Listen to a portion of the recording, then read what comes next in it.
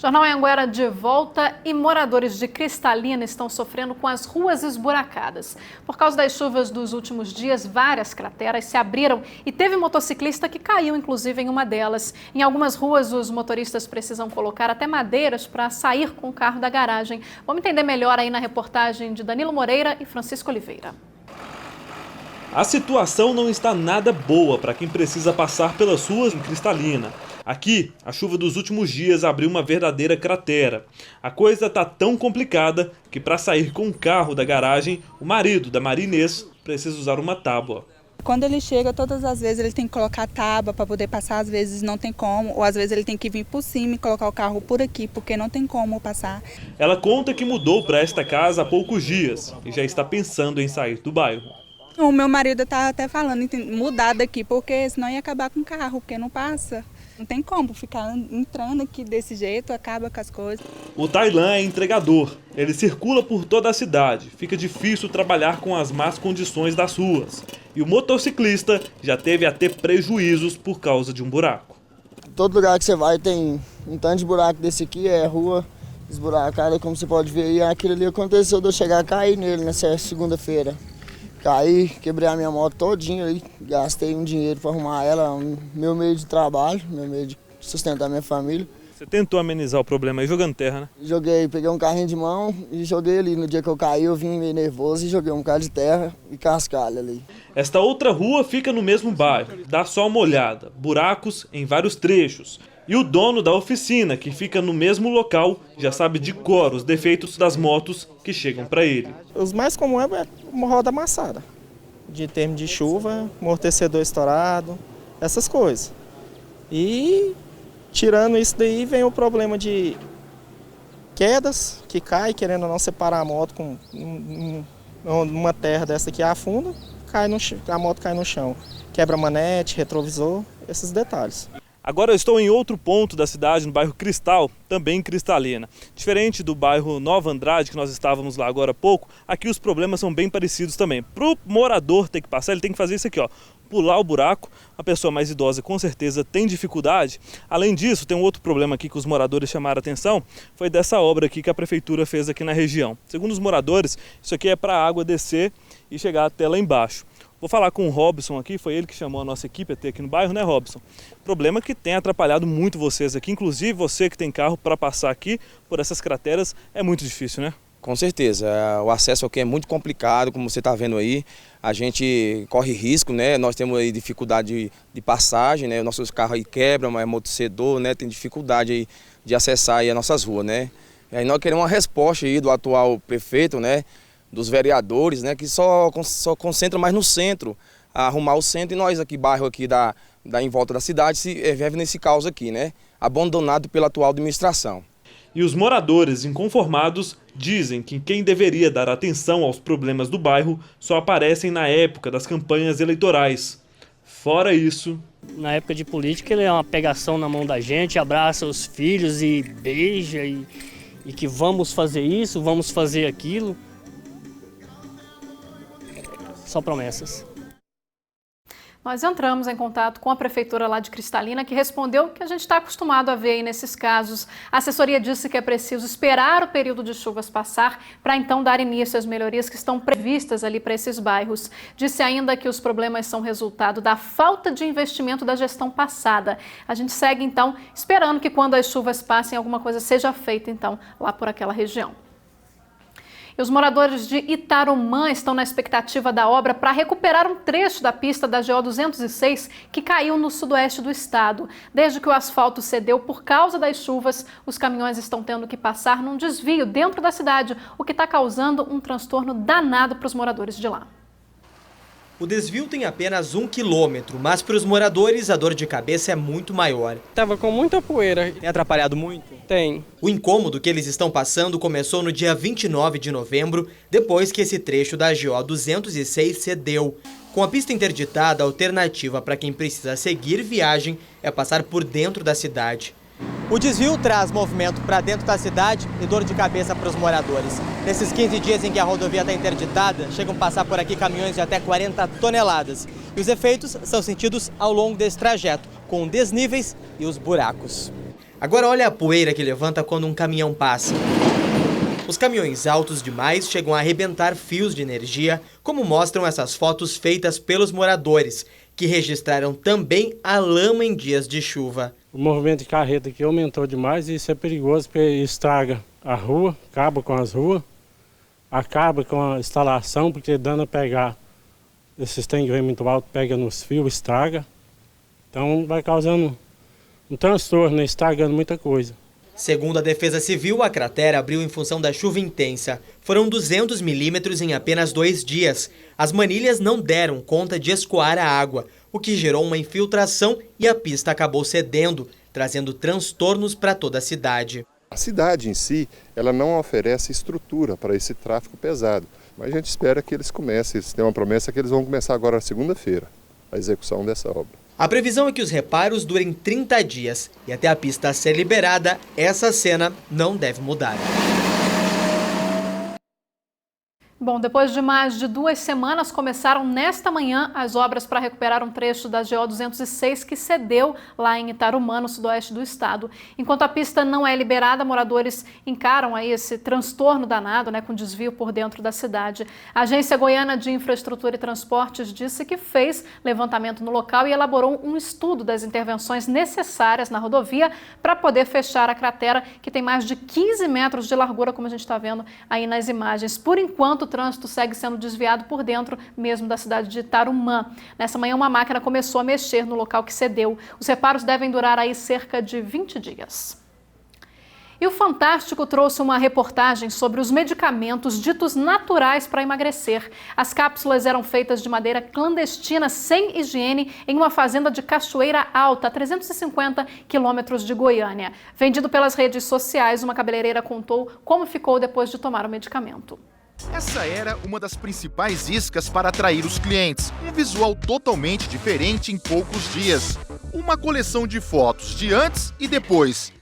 Pura ilusão, mas Graciele pagou para ver. Oi, gente, tudo bom? Hoje eu vim aqui para falar sobre um assunto sério, gente, que aconteceu comigo depois que eu tomei um remédio. Eu conheci o Moderdite através das redes sociais. Eu tomei esse remédio só 2 dias e foi o suficiente para me intoxicar de um jeito. Eu achei que eu ia morrer. Graciele dividiu com seguidores a experiência que teve com o suposto medicamento natural. Senti uma fisgada muito forte no meu peito e essa fisgada desceu pro meu braço e minha mão começou a formigar. Aí minha boca começou a formigar, minha língua começou a formigar. O produto que ela tomou, vendido no Brasil e até exportado para a Europa, segundo a polícia, é uma fraude. Mas como ele chegou até Graciele? Essa história começa na pacata cidade de Paranaiguara, interior de Goiás, de 10 mil habitantes. O comportamento de alguns moradores começou a intrigar o Ministério Público. De uns tempos para cá, as pessoas foram aparentando ter riquezas, como carros de luxos, viagens, casas que foram reformando, mansões inclusive. Essas pessoas começaram a ser investigadas.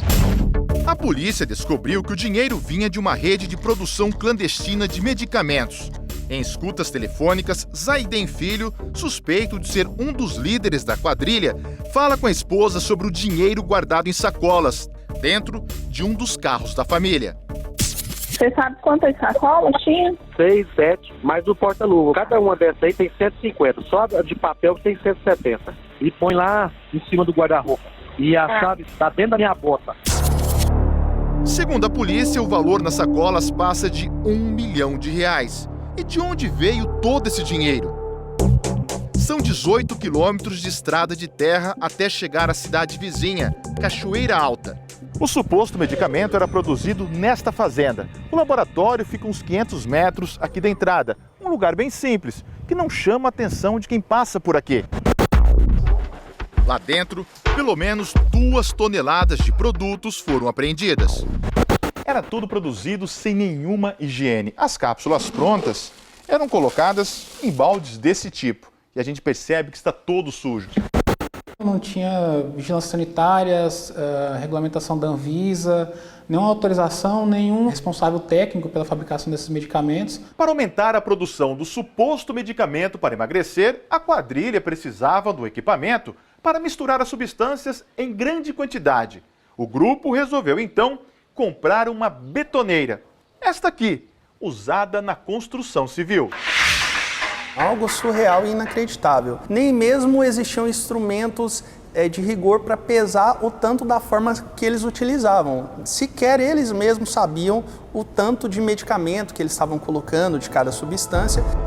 E o mais grave, o que era vendido como fitoterápico à base de plantas levava substâncias sintéticas e de uso controlado, como a sibutramina e a fluoxetina. A polícia investiga a origem desses produtos. Pode ser que tenha vindo do Paraguai, agora a gente tem algumas etiquetas nos produtos que indicam que ela estava vindo daqui do Brasil. Diminuir de peso envolve várias ações da pessoa.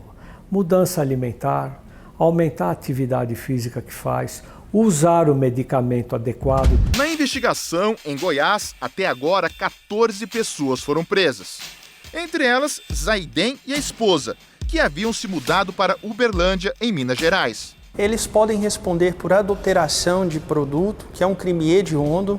Também podem responder por lavagem de dinheiro, por organização criminosa. O Porsche blindado do casal foi apreendido e uma escuta telefônica deixou a polícia desconfiada de que o carrão também era usado como cofre. Deixa eu te falar uma coisa em código para você entender. E eu já tô com a chave do cadeado para pegar aqueles bois que tá lá dentro da fazenda, entendeu? Para a polícia, fazenda era o Porsche e boi, o dinheiro. Os bombeiros arrombaram o carro e adivinha? E estava tudo lá. R$1.300.000.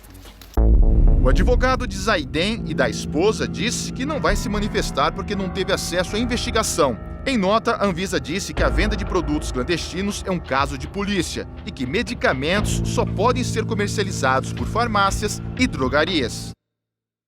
Ainda falando de saúde, o Fantástico também falou da prisão de 3 médicos urologistas que trabalham em Goiânia e Rio Verde. A polícia disse que eles compravam material cirúrgico já usado para fazer a retirada de pedras nos rins.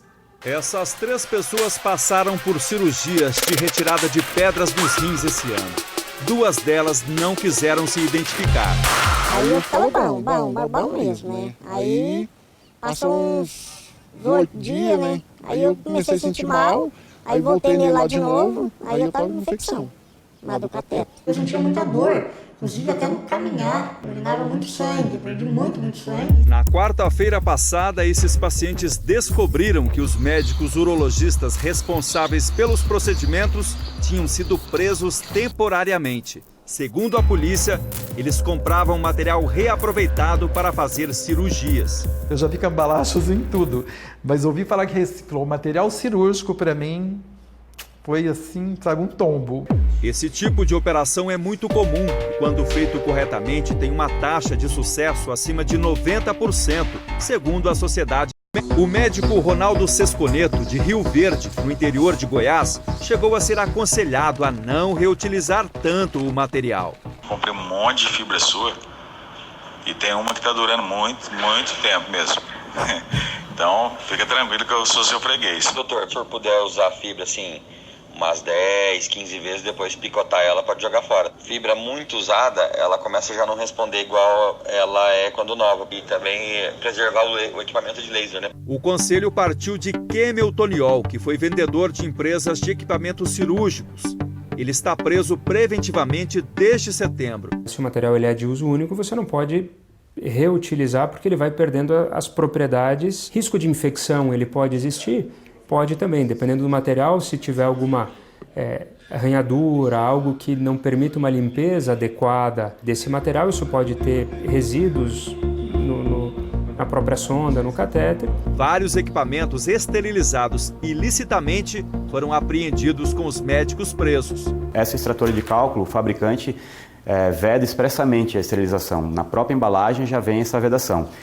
Esse catéter também, o próprio fabricante e a Anvisa proíbem que seja esterilizado. Os médicos vão responder por associação criminosa, falsidade ideológica, adulteração de produtos para fins medicinais e indução de consumidor a erro.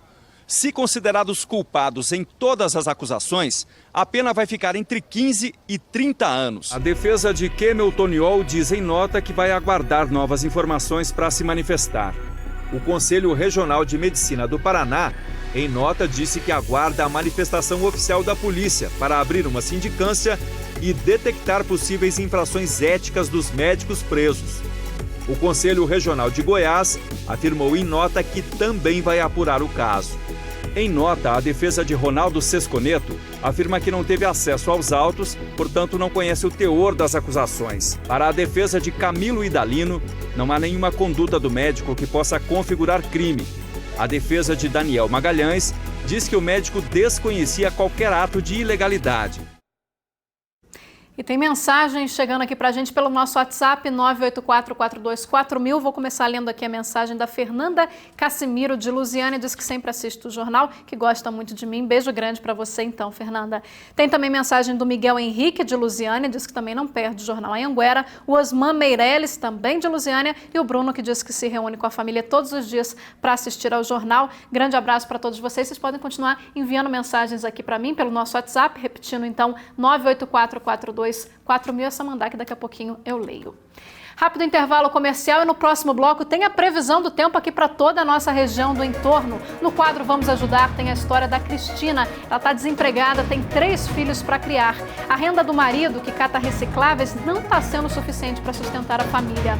Tem ainda uma receita muito bacana de panetone na taça agora para o Natal. E tem mais telespectador parabenizando Cidade Ocidental. Sou moradora da Cidade Ocidental, resido no bairro da Ocidental Park, no qual eu amo de paixão. Quero convidar você que não conhece a nossa cidade, venha conhecer. Meu aniversário é dia 9 de dezembro, no dia do aniversário da cidade, e para mim sempre foi um prazer morar aqui na Cidade Ocidental. Olá, meu nome é Pamela Jordão, sou moradora da SQ17. Estou aqui para desejar um feliz aniversário para minha amada e querida Cidade Ocidental. Olá, sou Anivaldo Veneza, morador aqui da Cidade Ocidental. Estou passando aqui para desejar aqui nossa Cidade Ocidental 43 anos. Hoje a Cidade Ocidental faz aniversário. Estou aqui representando os moradores da Cidade Ocidental. Queria desejar a cada um de vocês um Feliz Natal e um próspero Ano Novo. Viva a Cidade Ocidental, viva Goiás, viva o Brasil. Cidade Ocidental, nós te amamos.